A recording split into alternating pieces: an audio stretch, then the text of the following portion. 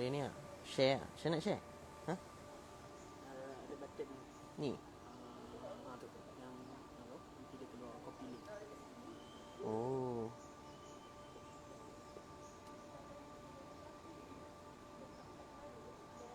Boleh skip.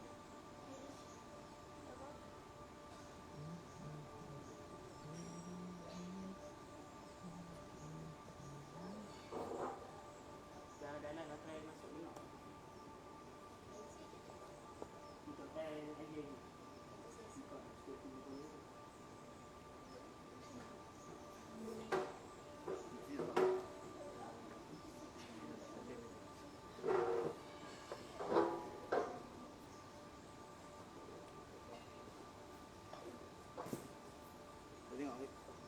Boleh. Serius.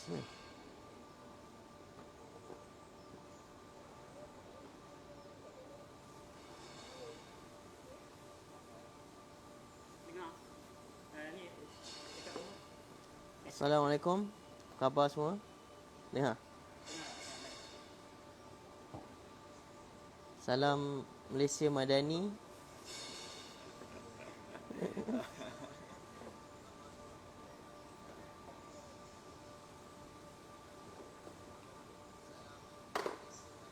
Oh, dengar tu. Tekad perpaduan penuhi harapan.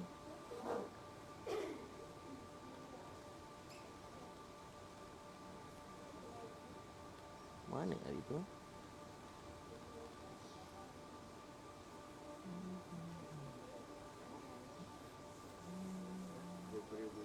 Biografi tu. Dia guna apa ya? Tak tahu tu. Menggunakan ni bahan-bahan yang sedia ada.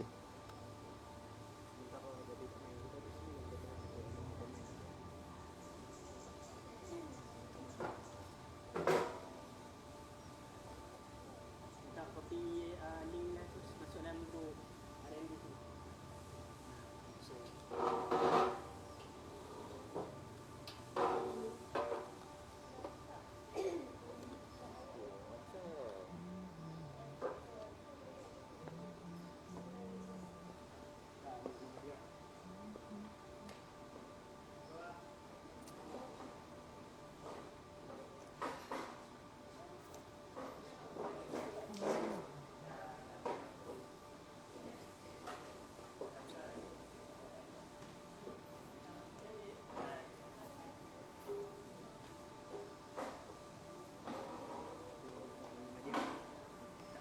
Oh.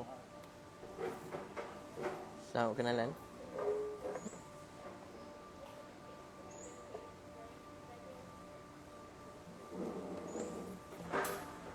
ada komen.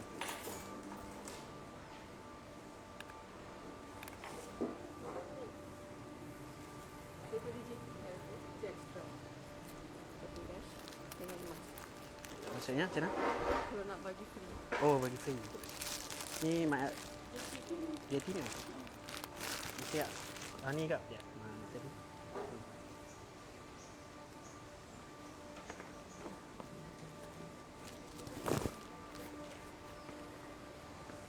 Sorry lah, kedut sikit. Yang ni yang bagi lah. Ni kalau nak tengok yang.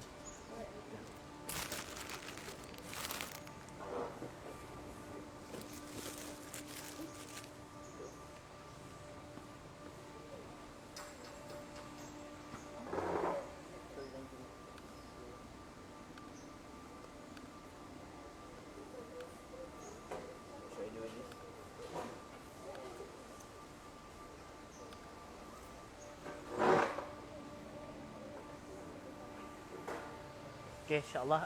Bismillah. Assalamualaikum warahmatullahi ta'ala wabarakatuh. Sekali lagi. Kita buka dulu kot masing-masing dengan umur kita Al-Fatihah.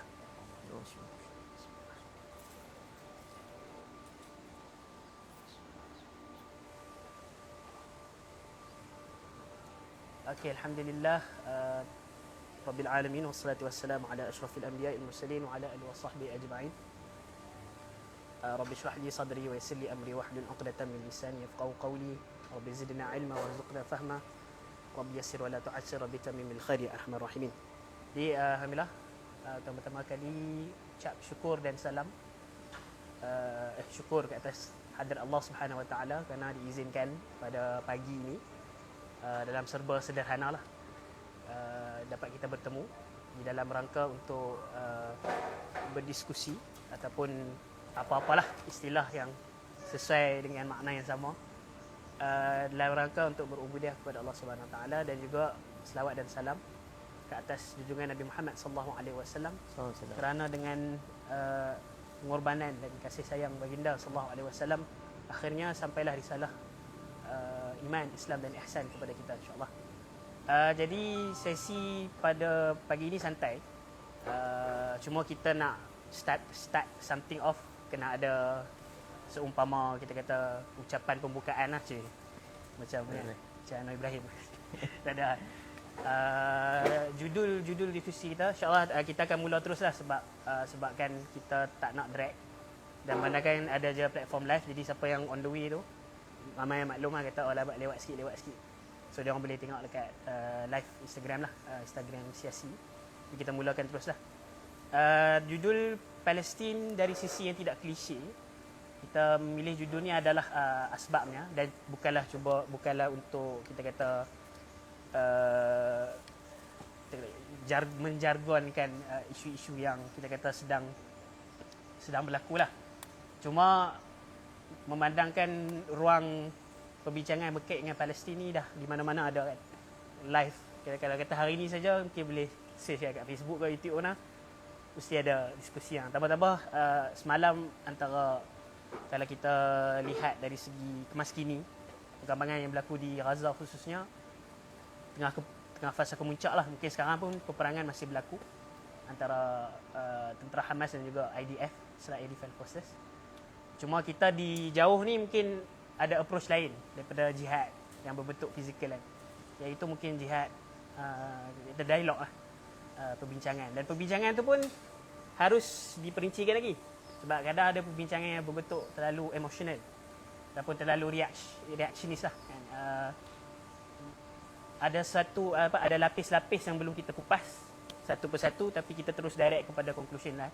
Akhirnya lahirlah satu macam movement ataupun kita kata sentimen-sentimen yang tidak sihat lah kan. Ada pun macam semalam berlaku perhimpunan-perhimpunan yang berbentuk provokatif kepada tentera Malaysia. Kenapa tak hantar kan daripada Hizbut Tahrir kan. Tapi kita mungkin tak bersetuju, ada hujah adalah bukan tak bersetuju kerana kita claim ke ekstrim dan sebagainya. Cuma itu antara bentuk-bentuk yang tidak sihat, tak dikupas dengan lumat, dengan baik. So kita ambil approach yang sederhana. Kita tak guna istilah moderate. Sederhana. Di rangka untuk menambah bukan sekadar pengetahuan lah, tapi kalau kita refer pada hadis Rasulullah yang ada sebutkan tentang tiga perkara yang setelah seorang itu mati dia berterusan. Ini mafhum lah. Salah satunya ilmu nafi', iaitu ilmu yang bermanfaat. Dia bukan ilmu semata-mata, dia ada sifat yang khusus yang terkait dengan ilmu itu, iaitu yang bermanfaat. Bermanfaat ni banyaklah kita boleh kupas. Salah satunya adalah dari sudut aplikasi. Kita tahu action ataupun perlakuan kita setelah itu akan berubahlah sesuai dengan apa yang kita telah tahu. Jadi tak sekadar jadi otak kita ni tak berfungsi seperti Wikipedia yang hanya kumpul informasi, tak citation, selesai. Dah. Manusia ni ilmu tu ada, kita kata ada tujuan ataupun ada matlamat yang objektifnya lah. Yang tu kita akan ni lah, ni sekadar untuk introduction. Jadi saya rasa tak nak panjangkan lah, mungkin terus kepada mungkin saudara Syed Ahmad Fatih ni yang banyak juga menulis tentang pelbagai perkara, tapi salah satunya berkenaan Palestin ni sendiri, misalnya Palestin dari pembebasan Palestin dari sudut kiri, dari fahaman kiri, salah satunya artikel-artikel lah pendek, dan banyak juga book review yang dia telah buat, buku-buku yang terkait dengan Palestin daripada Ilan Pappé, Norman Finkelstein lagi, Noam Chomsky, mungkin sarjana-sarjana yang termuka yang jarang-jarang dia harus perdanakan sesama, kata kalau perbincangan Palestin dari sudut keagamaan selalu jadi terpisah sikit lah. So So seakan-akan ada satu kelompok bincang Palestin ni hanya dari sudut kemanusiaan, ada dari satu kelompok bincang hanya dari sudut keagamaan yang kata tak nak ambil langsung reference daripada orang non-Muslim, dia orang tak faham sebagainya pasal akidah. So kita tak nak bermain kelompok-kelompok ni. Kita ambil jalan yang kita kata kalau ambil kita kata pesanan daripada inilah Syed Ahmad Fatih sendiri dalam buku dia Lalang di Lautan Ideologi. Ketika kita mengembara dalam arus ideologi ni, faham-faham dalam apa-apa isu lah, pastikan kita punya objektif adalah kebenaran. Ideologi kita adalah ideologi kebenaran. Yang inilah yang selari dalam kita lah sebagai Muslim. Jadi insyaAllah saya serahkan tuntas lah kepada Syed Fatih, mungkin kupas untuk mula pembukaan diskusi kita ni berkenaan Palestin insyaAllah. Persilakan. Baik, alhamdulillahirabbil wassalatu wassalamu ala asyrafil anbiya'i wal mursalin wa ala alihi washabihi ajmain. Alhamdulillah, pertama dan selama-lamanya marilah kita merafakkan setinggi rasa syukur kita kepada Allah Subhanahu Wa Taala kerana dengan izin Allah dapat kita bertemu pada hari ini di Riciamo Coffee UIA. Jadi tak tahu nak tengok mana, nak tengok audience ke nak tengok live ke. Jadi minta maaf tengok mana-mana. Jadi mata dia berkeliaran lah. Jadi terima kasih diucapkan kepada Siasi dan juga kelab wartawan UIA JC kerana menjemput saya pada pagi inilah. Jadi sebenarnya tajuk yang dipilih ni adalah tajuk yang dipilih oleh penganjur lah. Sebenarnya saya nak pilih tajuk tajuk lain lah. Tajuk apa? Islamisasi ilmu al-atas, tapi tak dibenarkan lah. Jadi berkenaan dengan tajuk ni, jadi tapi walaupun bukan tajuk ni yang tajuk yang saya pilih, tapi saya bersetujulah dengan tajuk ni sebab saya rasa dia masih relevan lah ke hari ini, dan ada something yang kita boleh kupas dan kita boleh bawakan lah melalui tajuk itu lah. Dan bagi saya secara personal lah kenapa dia ni masih relevan.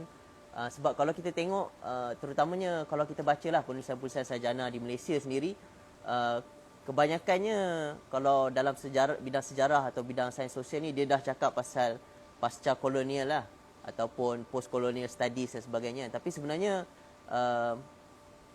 kolonialisme tu dia masih belum betul-betul hilang lagi lah daripada muka bumi ni, dan masih lagi sebenarnya kita ni masih lagi dalam zaman kolonial lah, walaupun kita tak secara directly affected, tapi sebenarnya kita masih belum lagi betul-betul dalam post colonial punya era lah, sebab masih lagi ada the last colonial dekat dalam dunia ni di Palestin lah. Jadi bagi saya sebab itulah dia masih relevan lah. Sebab tu kadang-kadang saya macam sedikit rasa macam bukanlah geram, rasa macam kadang-kadang orang yang banyak berdiskusi atau berwacana pasal wacana dekolonialisasi dan sebagainya, tapi dia tak menyentuh soal projek kolonial yang masih ada, seolah-olah macam dah betul-betul kita ni di pasca kolonial lah. Jadi berbalik kepada tajuk tu sebelum saya pergi jauh sangat lagi sesat lagi, tak boleh nak balik ke tajuk asal. Jadi Palestin dari sudut yang tidak klise. Saya seperti mana mungkin orang-orang lain lah yang dibesarkan di Malaysia dan dalam keluarga yang mementingkan lah didikan agama. Memang saya daripada kecil memang tak pernah sekolah kebangsaan lah. Memang ibu ayah memang hantar sekolah agama private daripada kecil sampai sekolah menengah. Dekat lepas keluar sekolah tu baru bercampur dengan masyarakat lain lah. Jadi baru culture shock lah. Lepas keluar sekolah baru culture shock. Jadi memang kita memahami perjuangan Palestin ni daripada sudut pandang agama lah. Sudut pandang agama. Kita rasakan bahawa perjuangan Palestin ni adalah perjuangan saudara seakidah kita lah. Jadi ini adalah kefahaman saya yang daripada awal lah. Daripada awal sampai hari inilah. Cumanya sampai kepada satu tahap tu saya merasakan bukanlah kita merasakan kefahaman tu salah, tapi sebab bila kita terdedah kepada dunia luar ni, kita merasakan bahawa bukan kita sahaja yang ada dalam dunia ni lah. Ada orang-orang lain dan ada sudut pandang yang lain, dan kita nak juga survey lah. Nak juga survey macam mana pandangan diorang kan. Macam mana contohnya sarjana-sarjana yang pro hak asasi dan sebagainya ni, apa pandangan diorang terhadap isu ni kan.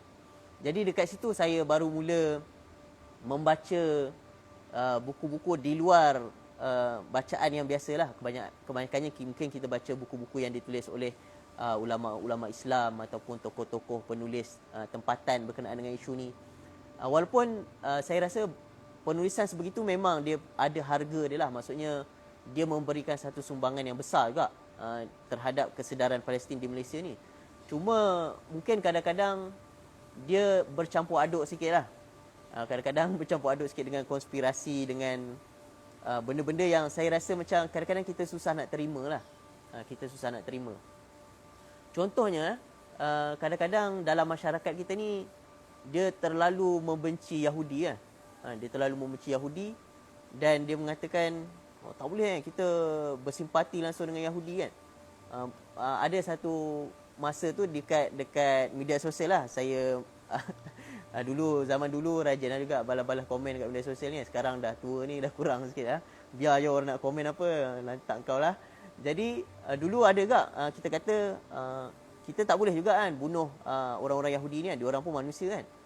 Sampailah ada orang kata, hang ni bersimpati dengan Yahudi ni dah macam keluar Islam macam tu lah kata kan.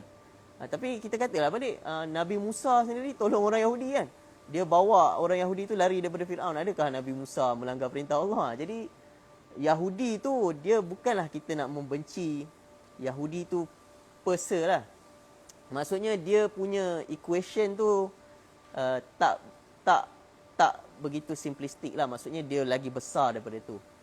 Dan kemudian bila saya mula membaca lah buku-buku yang mungkin sebab saya nak explore apa orang Yahudi sendiri tulis kan. Apa orang Yahudi sendiri tulis, apa orang Kristian sendiri tulis pasal isu ni. Dan jadi kita tengok sebenarnya banyak orang-orang Yahudi pun yang tak menyokong projek kolonial di Palestin tu lah. Dan mereka ni bukan sekadar tak menyokong, malah banyak juga yang dia kalau dalam bahasa Islam ni dia mewakafkan hidup dia untuk berjuang untuk membebaskan Palestin. Macam itulah. Maksudnya dia bukan part time lah. Kalau macam kita mungkin kita part time kan. Hari ni pergi Riciamo Cafe, esok mungkin kita pergi tempat lain pula kan. Kita pergi mana-mana lah kan. Tapi diorang ni memang bekerja dalam organisasi yang fokus dia adalah untuk membebaskan Palestin. Tapi dia organisasi Yahudi. Jadi dekat situ kita tengok sebagai contoh kalau di Amerika Syarikat ada JVP lah, ataupun dipanggil Jewish Voice for Peace lah. JVP ni memang aktif lah. Dan dia buat protes, dia akan pergi kat senator, hantar surat dan sebagainya, cuba untuk lobby. Dan diorang memang buat kerja on the ground lah. Sampai pergi dekat macam Capitol Building, buat protes sampai buat sabotaj macam tu lah kan. Dan memang kadang-kadang kita tengok pun kita pun tak sampai level macam tu lah.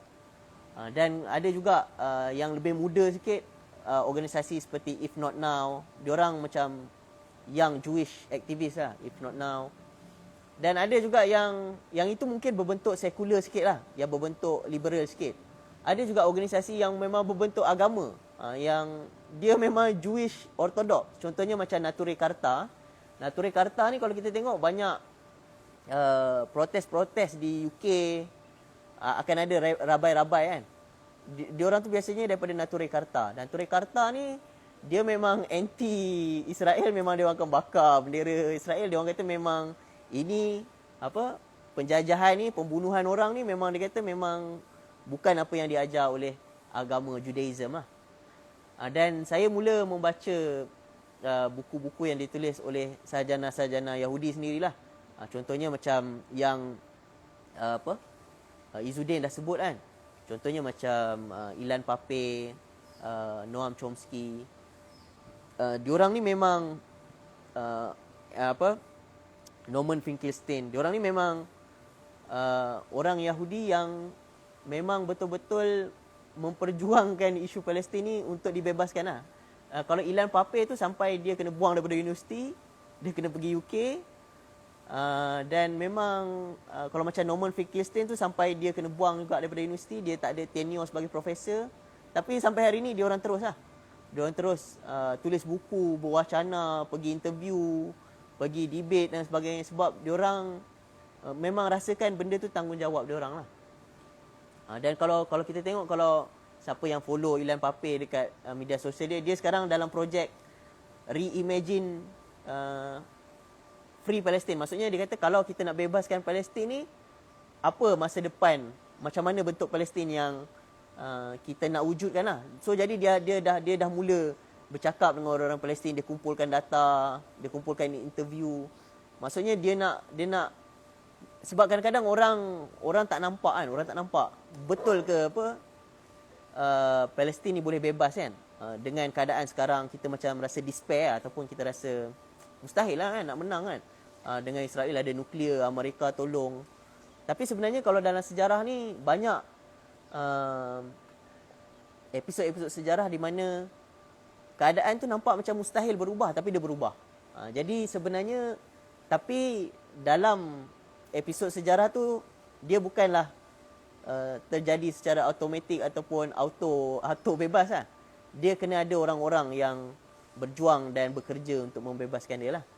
Dan kadang-kadang orang-orang ni nama-nama dia direkodkan dalam sejarah dan banyak juga nama-nama dia tak direkodkan dalam sejarah. Orang-orang biasa lah maksudnya. Orang-orang biasa yang berjuang, yang melawan penindasan ni. Jadi sebenarnya dekat situlah saya mula nak tahu bahawa sebenarnya bukan orang Islam sajalah yang berpandangan bahawa penjajahan, pembunuhan, pembersihan etnik di Palestin ini merupakan satu benda yang salah dari sudut moral dan juga dari sudut kemanusiaan lah kan. Dan kemudian saya baca dan dia sebenarnya bukan terhad kepada tokoh-tokoh yang saya sebutkan tadi lah. Contohnya lah lagi satu mungkin kalau nak sebut nama kan, Milo Pellet. Milo Pellet ni dia merupakan anak general, ayah dia adalah general lah, IDF. Bapa dia yang sign independence Israel punya independence punya dokumen, bapa dia sign, Milo Pellet. Milo Pellet ni tapi dia cucu lah kepada orang yang sign Declaration Independence tu. Dia adalah dia hidup dia kata saya bukan bersimpati dengan orang Palestin, tapi saya adalah sebahagian daripada perjuangan untuk membebaskan Palestin. Dia kata macam tu Jadi dia Milo Pellet ni memang orang Yahudi lah. Jadi sebenarnya kalau kita tengok dia spektrum dia luas dan dia bukan terlalu simplistik lah macam kita selalu macam benci Yahudi Yahudi ni macam-macam lah kita punya teori konspirasi yang kadang-kadang saya baca pun, kadang-kadang kita tengok tajuk pun kita rasa macam something wrong lah. Dan sejak tu saya mula membaca lah. Dan sebenarnya Zionis ni dia bukanlah satu ideologi yang eksklusif kepada orang Yahudi lah. Dan sebenarnya kebanyakan Zionis adalah Kristian lah, terutamanya evangelical lah. Dan projek dekat Palestin, projek kolonial dekat Palestin tu tak boleh berjaya tanpa adanya golongan Kristian Zionis ni lah. Kadang-kadang kebanyakannya evangelical lah. Kebanyakannya evangelical. Evangelical ni adalah Kristian yang dia evangelize, yang dia macam berdakwah sikit lah. Dia berdakwah. Kalau mungkin di US tu yang geng-geng Billy Graham, jenis-jenis yang macam tu yang ada mega church dan sebagainya. Jadi Kristian Zionis ni dia banyak memberi sokongan lah kepada Israel kerana dalam ekestologi Kristian, ekestologi ni maksudnya kefahaman dia berkenaan dengan hari kiamat menurut agama Kristian lah, dia panggil ekestologi lah, ataupun kefahaman berkenaan dengan end of the world lah, doomsday macam tu lah. Dia kata untuk hari kiamat tu berlaku dalam fahaman evangelical Kristian, Yahudi ni kena pulang ke tanah suci lah, kena buat negara.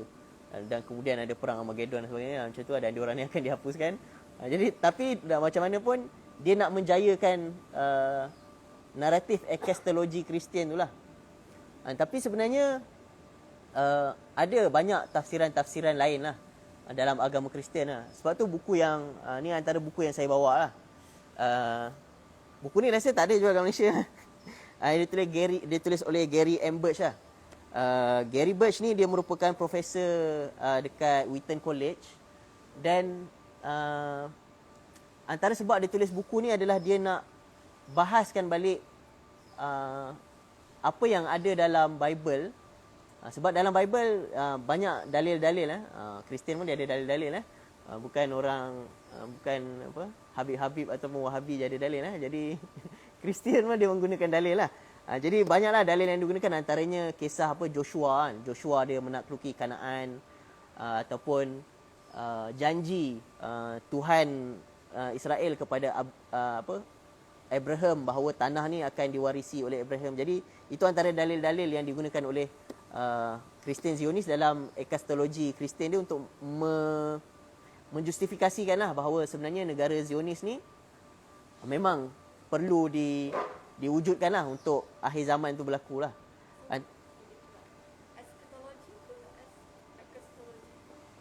Sekejap mungkin ada kesalahan ejaan juga, tapi saya pun ada dalam ni Sekejap kita rujuk balik supaya tidak jauh tersesat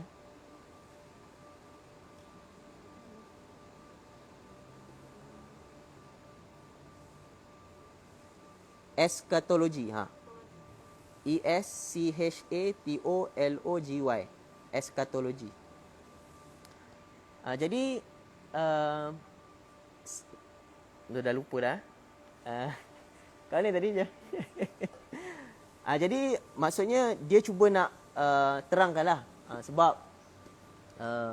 kalau kita berjaya yakinkan Kristian Zionis bahawa sebenarnya negara moden Israel ni bukanlah apa yang dijanjikan dalam Bible ni, Gary Birch ni kata sebenarnya sokongan tu diperlukanlah untuk kita nak membantu orang Palestin ni.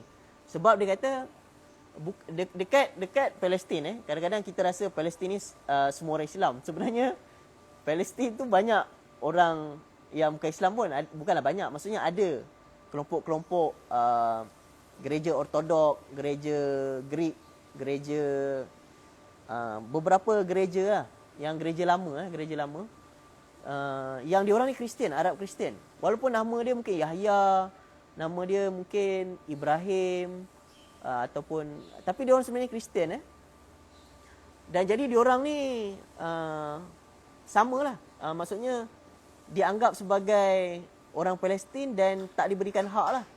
Sebagai contoh yang dalam perang baru-baru ni memang gereja pun dibom kan. Antara gereja yang paling tua lah dalam dunia, bukan dalam dunia, maksudnya antara gereja tertua lah, abad keempat kot, yang dibom oleh Israel adalah gereja orang Kristian lah. Dan dia ada dia punya paderi dia sendiri dan sebagainya. Jadi Gary Birch ni dia tanya, macam mana kita nak justifikasikan ataupun kita nak letak orang Arab Kristian ni dekat mana? Adakah dia ni bukan saudara-saudara kita? Ni dia yang tanya. Adakah dia orang ni bukan saudara? Adakah disebabkan kita nak proof lah bahawa ekastologi Kristian ni betul, kita sanggup stereotype kan saudara-saudara Arab Kristian kita ni, dan mereka ni macam tak ada harga diri macam tu lah. Jadi dia mula mengkaji Bible ni, dan dia terangkan kenapa sebenarnya Abraham yang dijanjikan dalam Bible tu bukanlah negara moden Israel lah. Dia merupakan benda yang berbeza lah. Jadi kalau nak tahu perbahasan dia, dan dia memang dia akan letak lah quote Bible verse yang mana, dan boleh tengok sendiri lah. Boleh beli Bible sekali, boleh tengok, check dua-dua lah. Tapi tak tahulah dia rujuk Bible banyak versi. Tapi biasanya yang dirujuk adalah ni lah KVJ lah, King James version lah, KJV. Tapi KJV pun ada banyak version, tapi itu bukan skop perbincangan pada hari ni lah. Tapi dalam masa yang sama, bila kita cakap berkenaan dengan pandangan masyarakat Malaysia, dia bukan kita nak berbetulkan pandangan Muslim sajalah ataupun orang Melayu Islam je. Sebab kita kena mempengaruhi juga pandangan rakan-rakan non-Muslim kita lah. Saya ada banyak kawan-kawan yang Kristian Zionis ada yang memang berdebat lah setiap hari. Hardcore lah, yang hari-hari kalau jumpa akan berdakwah kepada kita. Ajak, do you know that Jesus love you? Jadi saya kadang-kadang dulu lah waktu zaman muda-muda tu rajin juga berdebat dengan non-Muslim yang pandangan dia berbeza lah. Dan antara hujah-hujah tipikal lah. Kalau dulu ada satu grup lah dekat Facebook ni, nama dia GE Global lah. GE Global ni antara macam grup yang nak kata radikal pun, tapi dia memang grup yang non-Muslim yang anti-Islam lah. Sebelum ni ada Warung Etis. Warung Etis tu rasa dah tak ada lah. GE Global pun dah tak ada dah sekarang lah. Dulu ada lah. Dan kalau masuk dalam tu memang bahasa sekarang dia kata toksik lah. Tapi kalau macam tak ada kerja, boring, bolehlah masuk tu nak berdebat dalam tu kan. Dulu saya rajin juga berdebat dengan isu-isu Palestin dalam tu. Dan antara hujah-hujah dia kata, mustahil lah kan Palestin ni orang Arab punya. Sebab dalam bahasa Arab tak ada huruf P kan. Huruf P tu tak ada dalam bahasa Arab. Jadi sebenarnya Palestin ni itu antara hujah dia. Tapi kalau mungkin orang yang tak ada background dia kata, oh betul juga kan. Macam mana ada Palestin kan. Huruf P pun tak ada dalam alfabet Arab kan. Jadi sebenarnya sebab itulah kita kena kaji sejarah. Jadi antara buku sejarah yang saya sarankan lah. Yang ni ada kat Malaysia lah. Ni beli pun kat Kinokuniya. Adalah kalau siapa nak cari. Yang ditulis oleh Profesor Nur Masalha. Palestine a 4,000 year history. Sejarah Palestin selama 4,000 tahun lah. Yang ni dia memang bawa bukti arkeologi lah. Jadi Palestin ni sebenarnya memang bukanlah kata nama Arab. Sebenarnya banyak nama-nama bandar dekat Palestin ni, dia memang bukan asal usul Arab lah. Dia berasal usul daripada bahasa yang kuno lah. Kemungkinan Yunani, kemungkinan lagi kuno daripada tu. Contohnya Nablus. Nablus ni dia berasal daripada perkataan Yunani Neapolis. Neapolis ni maksudnya bandar baru. Nia tu baru, polis bandar. Neapolis, tapi diarabkan jadi Nablus lah. Baitul Muqaddis dulu nama dia Ilya Capitolonia kot. Kemudian bila orang Arab duduk di Palestin tu, dia ambil Ilya je, Ilya. Sebelum lepas tu dia jadi Baitul Muqaddis ataupun Al-Quds lah. Dan Palestin pun sama juga macam tu. Palestin ni kalau ikut kajian arkeologi, dia dah ada waktu zaman Mesopotamia, Assyria. Dia ada tertulis dalam tablet-tablet lama lah, ada dalam inskripsi lama. Cuma ejaan dia bukanlah macam Palestin moden ni. Dia Palashtu, Palesid. Maksudnya inskripsi lama dia macam tu lah, Palestia. Tapi orang Arab, dia tak macam contohnya Byzantine. Byzantine dia banyak rename balik bandar-bandar. Bila dia tawan dia rename kan. Tapi orang Arab ni biasa dia suka absorb nama-nama yang dah memang ada. Dan kalau dalam sejarah Herodotus sendiri pun ada tulis Palestin ni ada dalam histories lah. Herodotus ni siapa belajar sejarah, dia confirm akan jumpa Herodotus, iaitu bapa sejarah lah. Kalau bapa sejarah moden mungkin Ranker, tapi bapa sejarah adalah Herodotus lah. Yang mula menulis sejarah ni tanpa masukkan unsur-unsur mitos, legenda. Walaupun ada jugalah historis tu tak 100% tak ada unsur-unsur mitos lah. Jadi dalam Herodotus sendiri ada disebut Palestin lah. Jadi Palestin ni sebenarnya memang bukan daripada kata nama Arab lah. Sebab tu dia ada P kan. Tapi orang Arab dia tak guna P lah, dia guna Fa kan, Filistin kan. Itu antara satu benda-benda yang tipikal lah kalau kita berhujah dengan orang-orang. Tapi itulah maksudnya kita kena engage lah dengan diorang. Dan untuk engage tu kena ada ilmu lah kan. Sebab kalau kita pun tak ada ilmu, kita pun tak boleh nak nak counter kan. Kita pun tak boleh nak counter. Kita pun kata, betul juga kan. Dalam bahasa Arab tak ada huruf P kan. Jadi betul lah, Palestin ni bukan bukan orang Palestin punya. Jadi itu adalah antara yang saya rasa penting lah untuk kita betulkan, bukan sekadar pemahaman orang Islam, tetapi juga pemahaman kawan-kawan ataupun sahabat-sahabat non-Muslim kita lah. Jadi tapi untuk kita buat macam tu, sekali lagi lah, kita kena ada ilmu lah. Dan bila kita kata ada ilmu ni, bila kita nak engage dengan orang-orang non-Muslim, kita tak boleh bawa hujah Quran dan hadis. Jadi macam, dia jadi macam pelik lah kan. Dia tak terima benda tu. Tapi kita bawa seolah benda tu absolute lah. Dia tak boleh terima. Jadi, memang kalau kita nak berhujah ataupun kita nak cuba yakinkan sahabat-sahabat non-Muslim kita, kita kena guna hujah-hujah sarjana, kena guna hujah-hujah sejarah yang maksudnya common ground lah antara kita dan juga sahabat-sahabat non-Muslim lah, untuk diorang lagi mudah untuk terima lah. Jadi sebenarnya perjuangan Palestin ni pun sebenarnya macam Izzuddin kata, saya ada tulis satu artikel lah, Palestin dari sudut gerakan kiri ya. Sebenarnya Palestin ni dia waktu awal-awal dulu diorang tak tahu pun diorang ni nak kena jajah. Kalau kita baca buku Ilan Pape tak bawa, ada satu buku yang sedih lah, The Ethnic Cleansing of Palestine, 1948 kan. Yang itu memang ada kat Malaysia lah, banyak kat Kinokuniya pun ada. Itu antara buku yang famous lah. Tapi Pape ni dia tak unik lah, bukanlah maksudnya tak unik. Dia antara historian yang dia panggil revisionist. Maksudnya dia tulis balik sejarah tu in light of new evidence lah. Bila British Archive buka dia punya archive untuk zaman tahun 1948, sebab arkib ni biasa dia ada embargo lah, beberapa, biasanya dalam 25 tahun embargo. Lepas habis 25 tahun dia akan buka lah. Jadi bila dia buka ada bahan baru, orang akan tulis balik sejarah in light of new document, new evidence kan. Jadi banyaklah Israel, dia panggil Israel new historian, antaranya Benny Morris, Avi Shlaim, dan juga Ilan Pape lah. Avi Shlaim ni dia adalah orang Iraq lah. Dia adalah orang Iraq, dia lahir di Iraq. Dia adalah Yahudi Arab. Yahudi ni bukan Yahudi je, ada Yahudi Arab, Yahudi yang cakap bahasa Arab.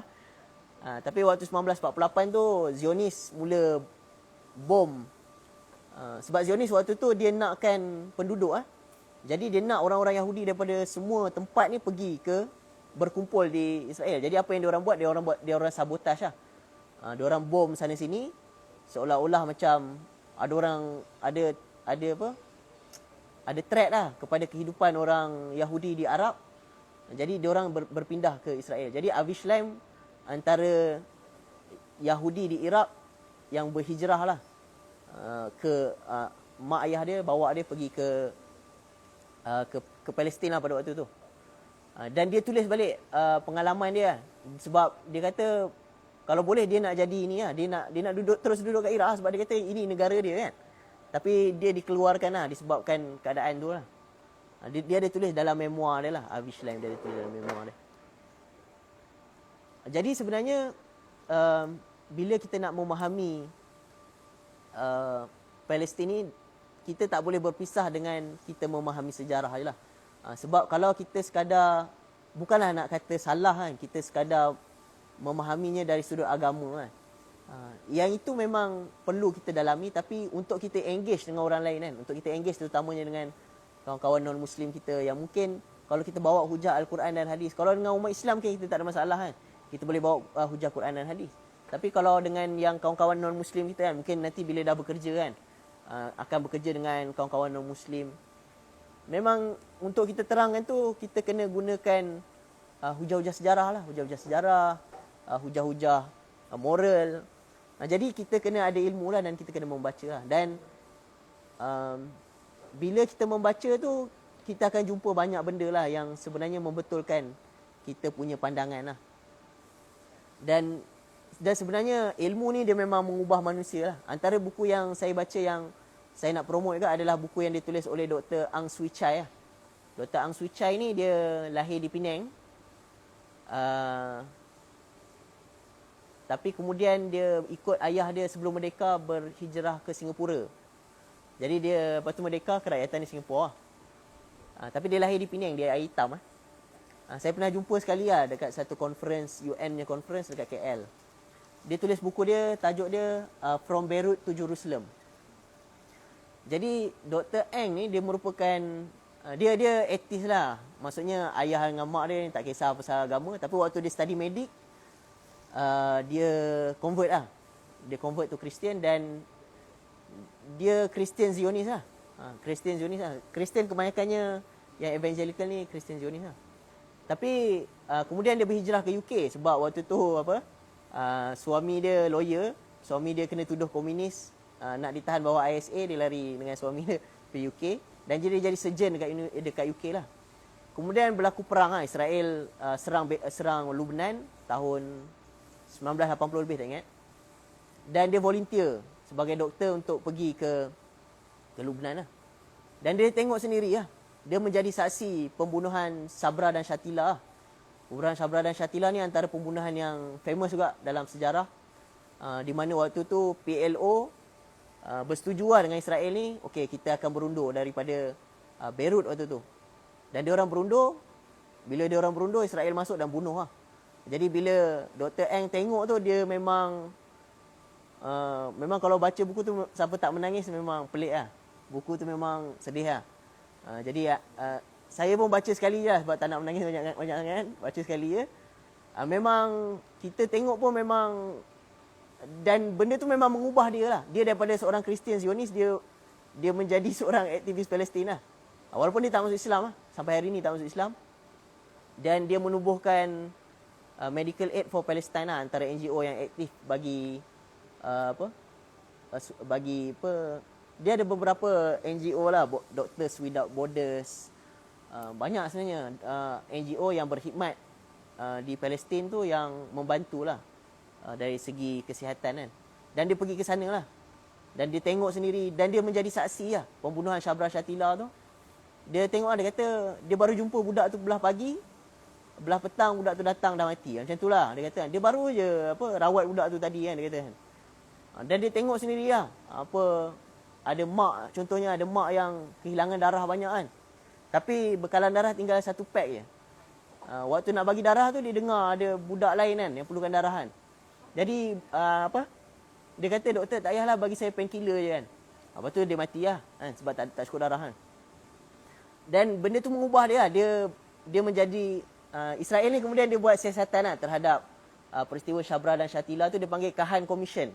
Dan Dr. Eng ni dia pergi ke Kahan Commission tu, dia testify lah apa yang dia tengok. Dan benda tu mengubah dia lah. Mengubah dia. Dan memang kalau orang yang tahu kebenaran ni, dia tak akan boleh bila kita tahu something, kita dah tak, we can never be the same lah. Maksudnya bila kita dah tahu benda tu, kita tak boleh jadi benda yang sama lah. Dan ini yang saya rasa macam kadang-kadang sahabat non-Muslim ni dia tak tahu kan, dia tak tahu. Tapi kalau dia tahu, dia tak boleh be the same lah. Jadi sebab tu kita kena cuba sampaikan the message to get across lah. Tapi untuk message to get across tu kita kena ada ilmu yang bukan sekadar agama je. Kalau kita bawa buku Kordawi bagi dia kan, dia memang tak akan baca lah kan. Jadi kita kena cuba lengkapkan juga dengan ilmu-ilmu yang common ground lah antara kita dan non-Muslim, yang boleh bridge kita punya understanding lah. Dah cukup lah ke nak saya sampai petang? Jadi mungkin sampai itu dulu lah kot. Introduction lah. Takut jauh sangat pergi nanti tak jumpa jalan pulang lah. Jadi saya buka lah kepada soalan ataupun Izzuddin ada apa-apa yang ni lah dirangka. Okey, insyaAllah. Nak minum air ni je. Itu nak ubah-ubah boleh. Nak minum air. Okey, sesi selepas ni daripada tadi pun patutnya semua lupa maklum. Kita santai kan. So tadi pun boleh je kalau nak interrupt. Tapi tak apalah, ni pun flow dia dah cantik. So mungkin lepas ni ada kita buka lah discuss. So dia tak limited to Q&A. Just satu halal lah. So Q&A ni pun just satu halal juga. So kalau kata luar daripada question pun, kalau nak bagi pandangan ataupun concern tentang keraguan ke apa ke yang terkait ni pun tak ada masalah. Mungkin ada ya siapa-siapa yang pernah join apa-apa talk ataupun yang kita tak cover, mungkin boleh share sekali ya untuk menambahkan lagi kita punya kefahaman. Siapa-siapa ada lah, boleh lah kan. Okay, buka dulu kalau kata ada. Di UIA ni mesti hari-hari ada forum Palestin ni. Hari-hari je. Tak dah. Dah. Ada. Catat nak fikir. Dia tengah hirup, sehirup erti. Bagi dah habiskan hirup tu.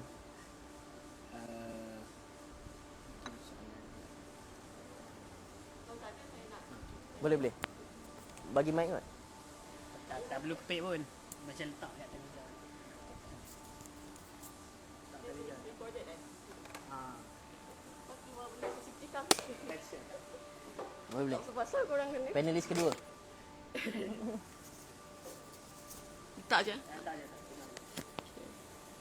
Terima kasih pembentang Syed Ahmad Fatri hari ini menawarkan satu perspektif baru. Saya kira cuba untuk mencari jalan sederhana antara wacana keagamaan dan wacana kemanusiaan. Bukan kemanusiaan, kesejarahan kot saya boleh letak yang ada di yang selalu kita dengar lah bila berkait tentang Palestin kan. Saya pun tak tahu sebenarnya daripada mana saya nak mula. Sebab saya sendiri nak kata ada involvement dengan mana-mana NGO ke apa, tak ada secara langsung. Cuma dia sesuatu yang naturally ada dalam diri kita bila kita tengok ada manusia di satu kawasan sedang ditindaskan. Jadi saya punya pencarian terhadap apa ertinya Palestin kepada kita dah bermula beberapa tahun ke belakang lah. Nak kata saya dah baca banyak buku, tak jugalah. Cuma saya lebih banyak mendengar dan menyertai wacana-wacana antaranya sebelum ni yang latest saya rasa Dr. Chandra Muzaffar dengan Dr. Ziauddin Sardar. Sebenarnya pelancaran buku, tapi nak tak nak bila kita dah berada di fasa Palestin sedang menghadapi satu fasa yang sangat sulit sekarang ni, kita akan berbincang tentang Palestin juga kan. Okey, itu saya tak tahu macam mana nak mula. Tambahan pula hari ni kita tahu ada himpunan Solidariti untuk Palestin kan. Ni konon-kononnya dia orang cuba nak target 10K kan. Jadi apa yang saya selalu fikirkan adalah selain daripada kita approach Palestin dari sudut kepentingannya kepada agama kita sendiri, which is saudara se-Islam, dan juga dari sudut sejarahnya, how do we relate as a human being? Saya rasa itu adalah common ground yang nobody can escape. When we talk about history, for example, not everybody is into history and when we want to discuss about Palestine ataupun you said just now about engaging with others kan yang non-Muslim, the problem is why should we be engaged in the first place? Faham tak? Kita sendiri sebagai manusia, I think benda yang lacking adalah bagaimana kita menanggapi makna Palestin yang sedang dijajah ini, bagaimana ia mengubah diri kita sebagai seorang manusia sebelum kita masuk kepada sejarah dan agama tu. Perhaps you can shed some light regarding that matter. Faham tak? Ke saya terlalu pusing-pusing sangat? Mungkin faham tak? Kalau tak faham tu nanti mungkin boleh betul balik lah. Jadi berkenaan dengan macam mana kita nak menanggapi makna ataupun macam mana kita nak rasa benda ni terkait dengan kita lah kan.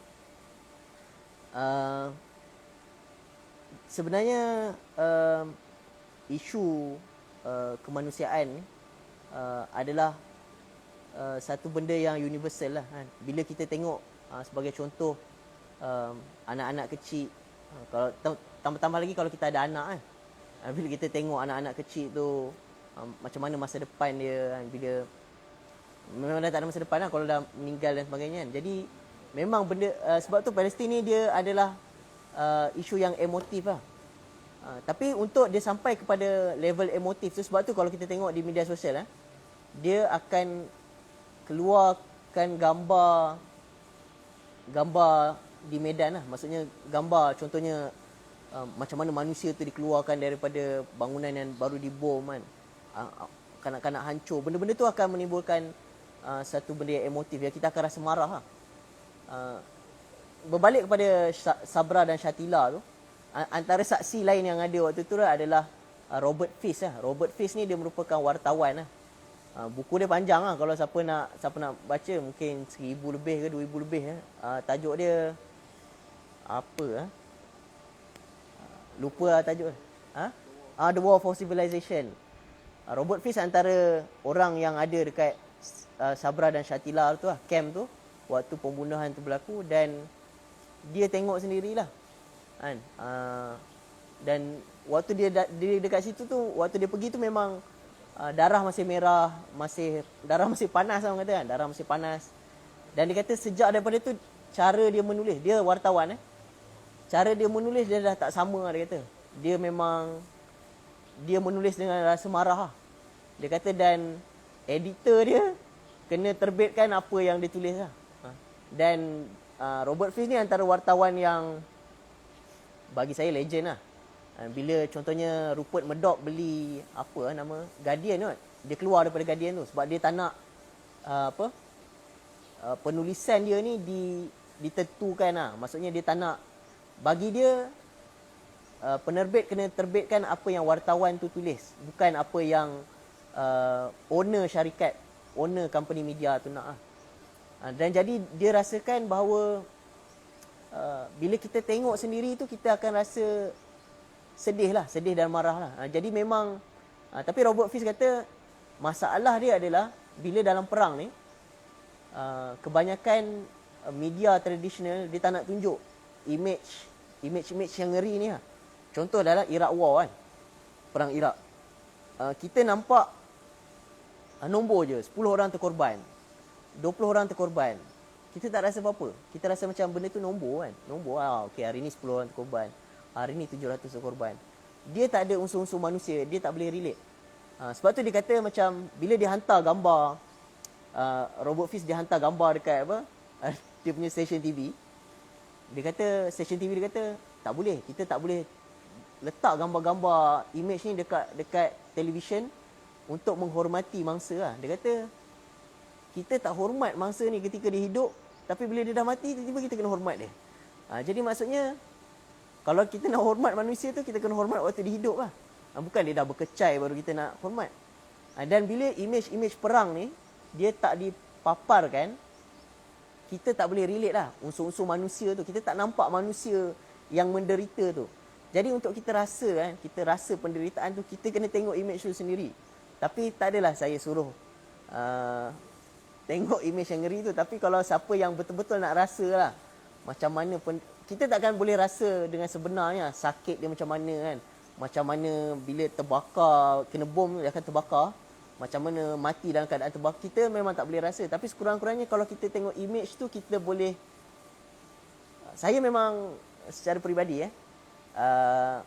result SPM boleh dikatakan okey lah, tapi tak sama medik sebab tak boleh tengok darah lah. Ngeri lah, benda-benda ngeri ni tak boleh tengok. Even kalau cerita-cerita seram pun yang darah-darah keluar ni tak boleh tengok. Hantu Melayu mungkin boleh tengok lagi lah, sebab tak ada darah-darah sangat kan. Kalau yang Inggeris ni yang bunuh-bunuh darah-darah, memang tak boleh tengok. Jadi benda-benda ngeri ni memang tak boleh tengok lah. Tapi kadang-kadang kita ternampak juga kan bila image tu keluar dekat media sosial, dan kita rasa hati kita macam kita ada something lah yang sebelum ni kita tak rasa kan. Maksudnya itulah bagi saya yang sisi kemanusiaan tu lah. Maksudnya kita kena tengok penderitaan tu untuk kita rasa lah. Seeing is believing lah, ataupun apa, ainal yakin lah dalam bahasa Al-Quran lah. Sebab kita di UIA kena letak dalil sikit lah. Jadi bagi saya lah, kalau kita nak merasai sisi kemanusiaan tu, kita kena tengok sendiri manusia tu kan, macam mana penderitaan dia tu lah. Dan kebanyakan orang-orang di Eropah ataupun di negara-negara yang bukan Islam ni, diorang dapat rasa relate kemanusiaan tu lepas dia tengok image tu lah. Jadi memang image tu walaupun kita rasa sedih lah, kita nak retweet ke apa kan, tapi kalau dia tak keluar, kita akan nampak benda tu sekadar macam nombor ataupun statistik yang, tapi sebenarnya di bawah statistik tu ada manusia yang betul-betul macam kita lah. manusia yang ada tangan, yang boleh rasa, yang boleh makan, boleh minum, boleh ciamuk. Maknanya manusia yang real lah. Yang mati itu adalah manusia yang real. Tapi untuk kita rasai itu, kita kena tengok sendiri lah. Jadi untuk tapi mungkin dekat coverage orang-orang yang mungkin dia tak follow apa source-source yang daripada Palestin yang broadcast ni, dia mungkin tak nampak kan. Dia mungkin tengok BBC ataupun yang dah dia kata kalau dalam bahasa Inggeris dia kata whitewash lah, maksudnya dah dibersihkan lah kan. Media-media yang dah dibersihkan, dia nak bagi nampak yang perlu ditunjukkan je. Jadi kita mungkin tak rasa kemanusiaan tu kan. Tapi kalau kita tengok betul-betul tu, dia orang Islam ke, dia orang bukan Islam ke, dia boleh rasa lah penderitaan tu lah. Pada pandangan saya lah. Okay, saya respons ya. Boleh. Saya tertarik dengan poin yang dikatakan tadi tentang emotif kan. Maksudnya seeing is believing. Melihat image-image yang meruntun hati ini akan menjentik perasaan kita untuk boleh relate dengan penderitaan yang dilalui oleh rakyat Palestin. Tapi saya teringat juga lately beberapa pihak mula mempertikaikan. Satunya dari sudut bila terlalu banyak sangat image yang penuh dengan darah macam ni. Saya bagi disclaimer siap-siap, saya pun takut juga tengok darah. Antara reason saya tak ambil medik pun sebab takut tengok darah. So saya pun bukan jenis yang boleh tengok image-image begini setiap hari, setiap masa. But the way I related to them emotionally is just by imagining myself to be part of the struggle. So the fact that bila kita ada that kind of deep reflection pun sebenarnya kita dah boleh relate betapa susah, betapa terzalimnya mereka di sana kan. So itu satu. Dan yang kedua, ada di kalangan kita yang dah mula macam panic attack lah, anxiety, nervous, dan minta supaya tak payahlah nak share banyak sangat image macam putus kepala dan sebagainya sebab saya jadi nervous bila buka social media ni kan. So itu di kalangan kita juga. We cannot deny this voice because they are also part of us kan. Cuma saya teringat apa yang Dr. Chandra Muzaffar mention last session. The issue of Palestine sebenarnya adalah isu justice against injustice. So bila kita meletakkan, memposisikan permasalahan yang berlaku di Palestin itu lebih daripada isu antara agama Islam versus other agama ke ataupun apa-apa hal yang sentimental yang lain, sebenarnya bagi saya sendirilah, ini reflection saya sendiri, ia akan lebih memandu kita bagaimana untuk kita menguruskan emosi yang kita dapat tadi bila kita tengok image-image tersebut kan. Sometimes we are so saddened bila kita tengok gambar-gambar anak-anak kecil yang berdarah, yang kehilangan mak ayah, yang menangis, yang shock. We can see how they are traumatized kan by the bombing and whatnot. But how do we actually translate into our daily life? Itu yang lebih matters. Saya kadang-kadang kesal bila saya tengok rakan-rakan saya sendiri yang turun ke demonstrasi dan sebagainya, yang pakai segala jenis pakaian maflar Palestin tapi ambil gambar dalam keadaan yang sangat seronok. Kalau saya jadi rakyat Palestin, saya tengok gambar tu, saya sedih. Jadi saya tak faham macam mana di kalangan kita sendiri boleh cuba untuk membawa isu Palestin tapi dalam keadaan yang sangat gembira. Jadi saya terfikir apa rakyat Palestin sendiri rasa bila tengok kita. Even though benda ni agak ideal bunyinya kan, tapi bayangkan kalau kita yang tengah susah dan ada orang lain yang kata, okay, I can relate with you, so I want to show my support kan dekat you, tapi you datang dalam keadaan sangat seronok. What is the meaning? Macam itulah kan sebenarnya bagi saya. Jadi apa yang saya nak tekankan di sini adalah tidaklah kata kita nak kena bersedih setiap hari disebabkan apa yang sedang terjadi pada Palestin sehingga kita menghentikan segala aktiviti kita, tak. But the principle is bila kita faham justice against injustice, kita sendiri akan ambil inisiatif untuk menterjemahkan kefahaman kita terhadap penderitaan rakyat Palestin supaya kita dalam kita menjalani kehidupan kita setiap hari sebagai seorang pelajar ke, sebagai seorang pekerja ke, kita tak buat kezaliman kepada orang lain. For example kan, because we actually can feel the struggle